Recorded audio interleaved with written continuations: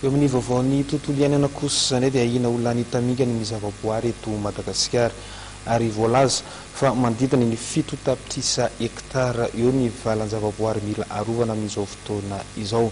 Vola mitentina hatrany amin'ny 1.20 tapitrisa dolara eo no ilaina amin'izany fiarovana izany. Anisan'ny nitondra ny anjara birikiny amin'izany ny Fondation pour les Aires Protégées et la Biodiversite de Madagascar na ny FAPBM izany. Deo zay resika ary ny fanadety.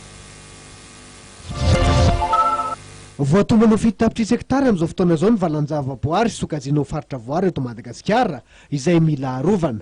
Manodidina ny 2 hetsy hatramin'ny 3 hetsy hektara isan-taona nefa ny alamay eto Madagasikara. Manan-karena dia manan-karena nefa i Madagasikara raha resaka zavaboahary ny resahana. Kanefa Ahiana lany tamingana izany. Mila vola mitentina 1.20 tapitrisa dolara i Madagasikara. Iarovana ireo valan-javaboahary miisa 320.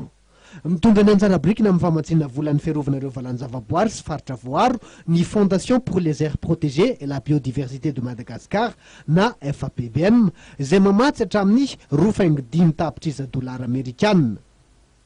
Misy 320 izy ireo amin'izao fotoana izao zany ara ofisialy fa ny 170 no vatsiana vola.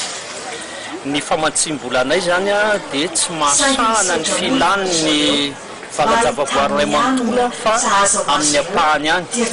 Ny ezahanay zany fenona ao anatin'ilay famatsim-bola dia ahafahan'ilay valan-javaboahary miasa. Zany hoe ny fampandehanana anjara rehetrarehetra zany ny karaman'ny mpiasa ao anatiny ary ny asa fototra ohatra ilay asa fanaovana patrouille sy fiarovana.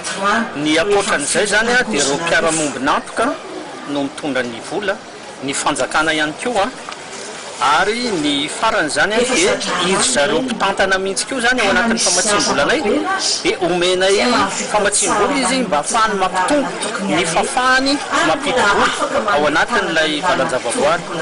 No mahatokana ny biby sy ny zava-maniry ao anatin'ireo valan-javaboahary eto Madagasikara no mahasarika ny 7 isan-jaton'ireo ho mpizahatany. Ary mila arovana arak'izany ny zavaboahary izay ananantsika raha toka tia ampiroborobo ny fizahan-tany maharitra i Madagasikara. Mamorona asa manarivony ihany koa nefa io sehatra io. Nisy ny lanonana izay